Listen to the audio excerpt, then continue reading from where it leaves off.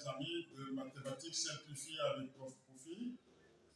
Nous allons passer à une nouvelle vidéo, mais dans l'entretemps, avant de commencer, je vous demande de vous abonner, comme d'habitude, à votre chaîne préférée, Mathématiques simplifiées avec Prof. Kofi, tout en vous invitant également à vous abonner massivement à votre chaîne de divertissement, F demi à mort officiel. Abonnez-vous, partagez la vidéo et surtout, n'oubliez pas de sonner la cloche pour les nouvelles notifications. Merci beaucoup à tous ceux qui vont s'abonner tout à l'heure. Alors aujourd'hui, nous parlons de résolution des triangles. C'était notre dernier point, c'est résolution des triangles.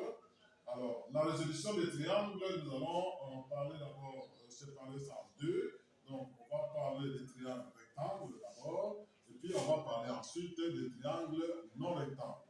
Alors, lorsqu'on dit qu'on résout un triangle, qu'est-ce que cela veut dire? Cela veut dire qu'on doit chercher les éléments du triangle, déterminer les éléments constitutifs du triangle. Quels sont les éléments du triangle?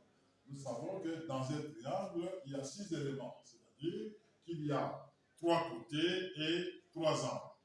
Alors, lorsqu'on demande de résoudre un triangle, il s'agit de déterminer les longueurs de ce triangle et de déterminer également les mesures des angles de ce triangle. Alors, pour commencer, nous allons parler du triangle rectangle. Alors, qu'est-ce qu'un triangle rectangle? Nous savons, voici un triangle rectangle, il est là. Alors, avec ce triangle rectangle, il y a des choses que nous connaissons déjà. Qu'est-ce qu'on connaît? On connaît par exemple que dans un triangle rectangle, le carré de l'hypoténuse est égal à la somme des carrés des autres côtés. Donc on sait que ici, on va se rappeler le théorème de Pythagore. Donc, Pythagore, on se rappelle de ça c'est la première chose. Il faut se rappeler du théorème de Pythagore quand vous êtes dans un triangle rectangle que le carré de l'hypoténuse est égal à la somme des carrés des autres côtés. Ça, c'est la première chose. La deuxième chose dont il faut se rappeler, c'est que les angles qui sont portés par l'hypoténuse, quand les sommets sont sur l'hypoténuse, ces deux angles sont des angles complémentaires. C'est-à-dire que l'angle alpha plus l'angle bêta nous donne 90 degrés.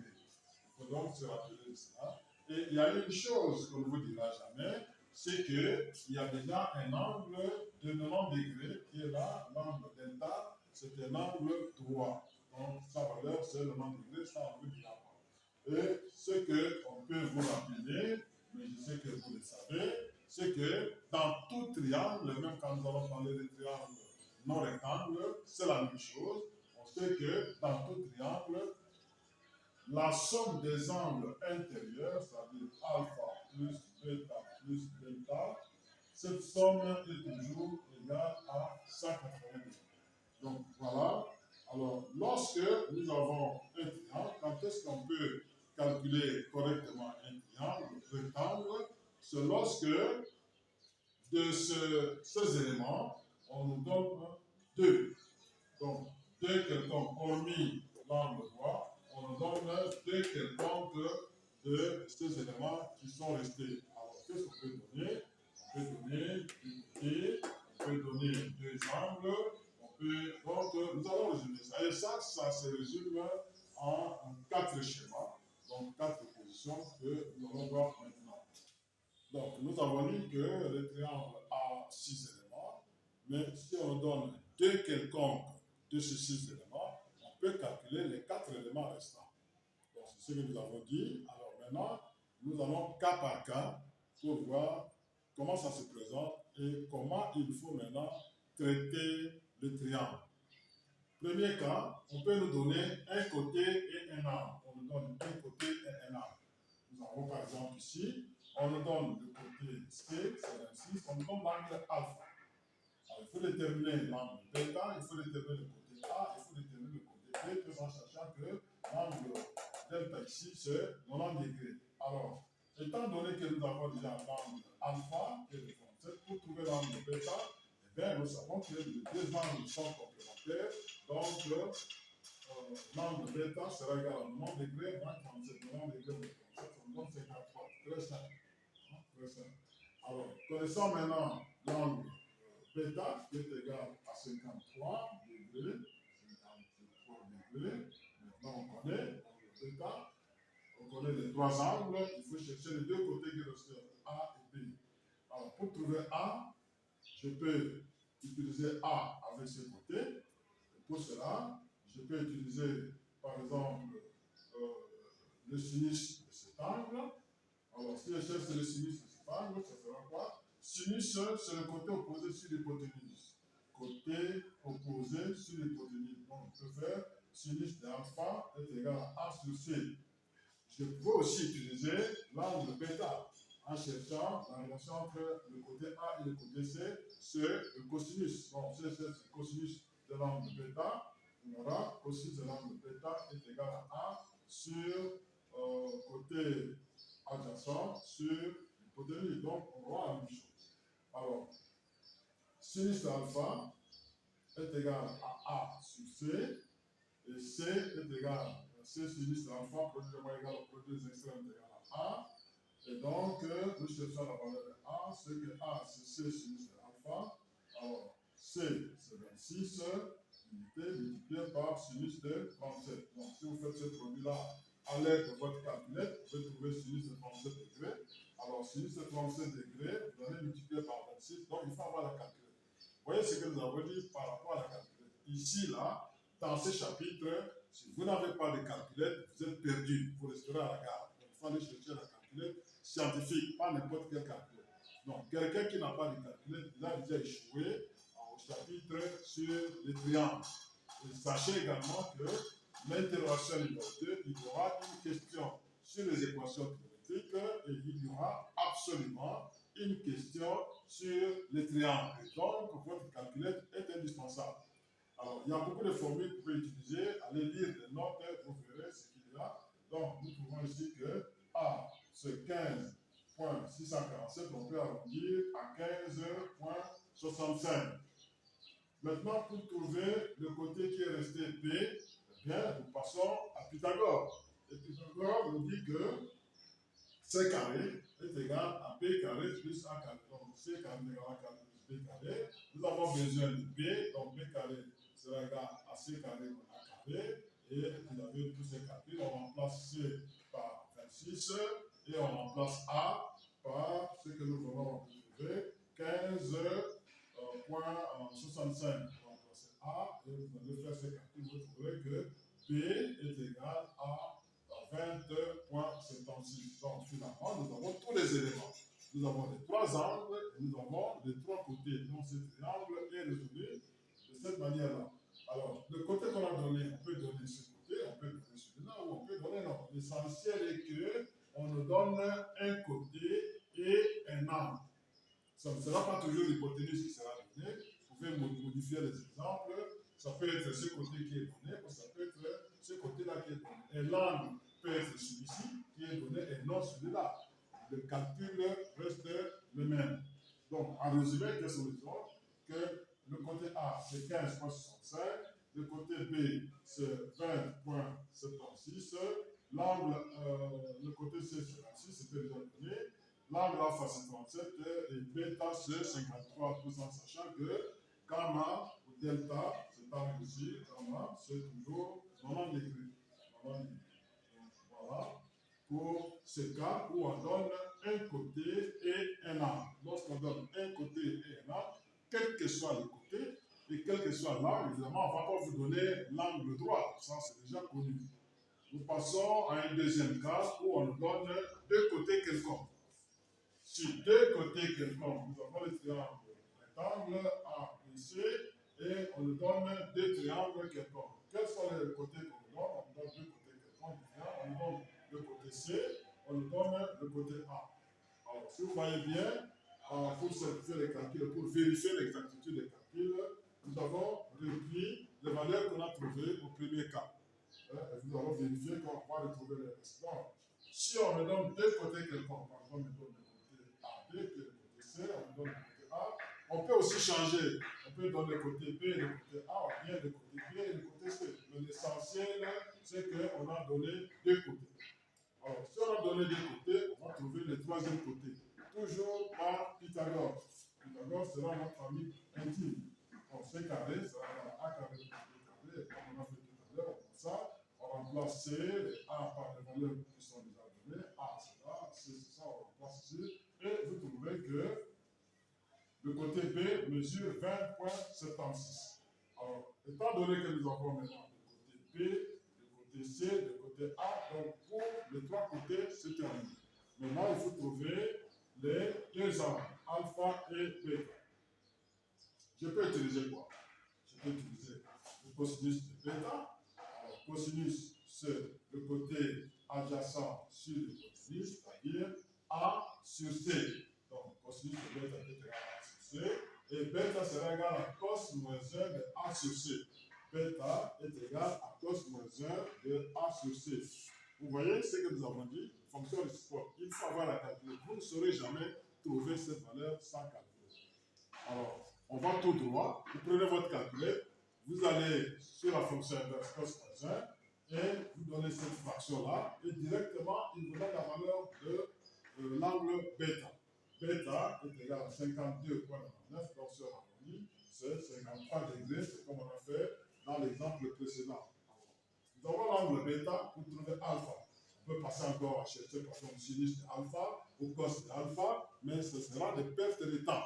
Alors pour gagner le temps, on sait que les deux angles alpha et bêta sont des angles complémentaires. On fait alpha qui est égal à 90 degrés moins bêta et ça va nous donner que alpha est égal à 37 degrés.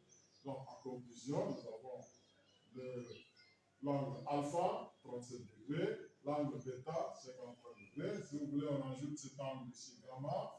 Donc, gamma, 90 degrés, ça tout le monde connaît.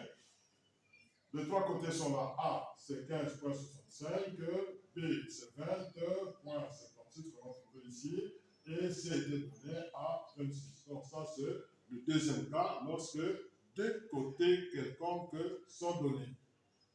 Troisième cas, qu'est-ce qu'on peut nous donner? On peut nous donner un côté et l'angle opposé à ce côté. Retenez bien, on donne un côté et l'angle opposé à ce côté. Donc, voilà, par exemple ici.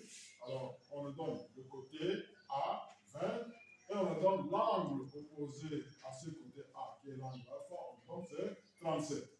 Il faut trouver quoi? Il faut trouver bêta. Il faut trouver C, il faut trouver B.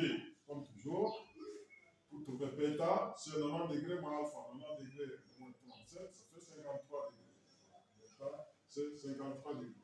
Alors, étant donné maintenant que nous avons les trois angles qui sont connus, on peut chercher le côté B, le côté C, et cela en passant par soit la fonction sinus, soit par la fonction cosinus. Alors ici, par exemple, je cherche sinus de alpha.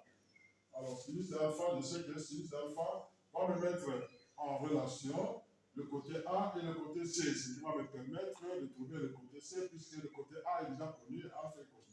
Donc sinus de alpha, A sur C, C, sinus d'alpha est égal à A, donc C, c'est A sur sinus d'alpha. Prenez une fois de plus votre calculette, vous faites 20 divisé par sinus de 37, vous trouverez que C est égal à 33,23. Alors, j'ai le côté C qui est là, bon, 33,23. J'ai le côté C, j'ai le côté B, il me reste le côté plutôt C et A, il me reste le côté B. Et pour trouver le côté B, on va chez Pythagore et on utilise le théorème de Pythagore. Voilà. C carré est égal à A carré plus B carré. Et donc, qu'est-ce que nous cherchons? Nous cherchons B. Donc, B, c'est C carré moins A carré. Donc, on va remplacer encore C par cette valeur et A par cette valeur. Et au carré, c'est la différence. Vous trouverez que le côté B est égal à 26,54.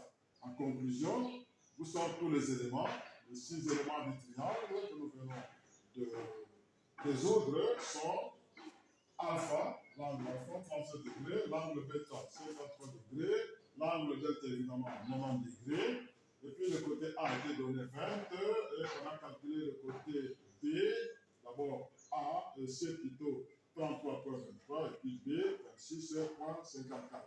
Il nous reste donc le dernier cas pour terminer avec le triangle rectangle.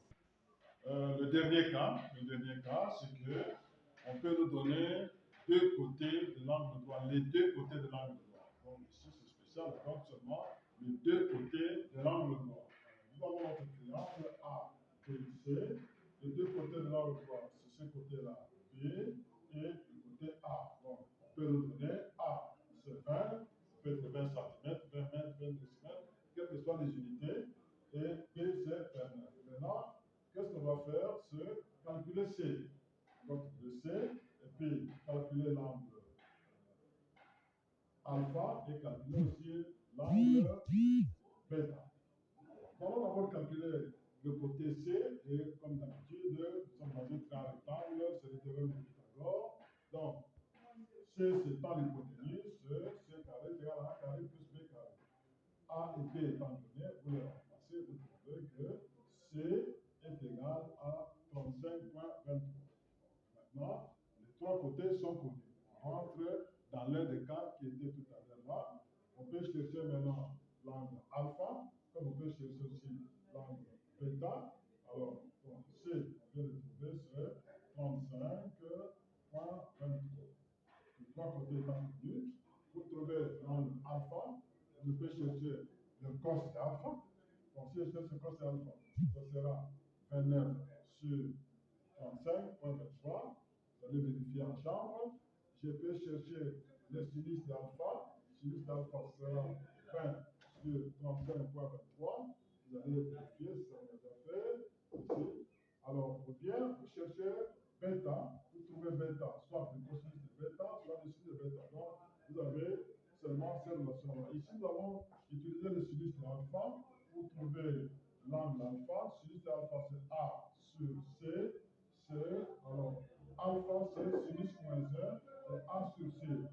Sinus moins 1 de A sur C, A c'est 20, C c'est 35,23. Lorsque vous faites ça, vous verrez que l'angle alpha est connu. On a arrondi à deux rangs, c'est 34,59. Maintenant, pour l'angle bêta, ici, on sait que les deux angles alpha et bêta sont complémentaires. On fait seulement bêta est égal à 90 degrés moins 34,59, ce qui va nous donner bêta est égal à 55,41. Donc, en conclusion, les trois côtés alpha c'est 20, B c'est 29, ça c'était déjà donné. C, ce que nous avons calculé, c'est 35,23. Les angles, il y a alpha que nous allons calculer ici, c'est 34,59. Et bêta, que nous avions aussi calculé, qui est 55,41. Et évidemment, l'angle droit qui ne manque pas dans le triangle rectangle. Donc, avec ces quatre cas, vous êtes tout à fait armé pour affronter n'importe quel triangle rectangle. Il y a des exercices que vous allez faire. Les cas que nous avons fait ici, vous pouvez les varier, varier comme vous voulez, vous verrez que vous trouvez la même chose. Les exemples et les exercices, vous les trouverez en ligne. Merci beaucoup et à la prochaine vidéo.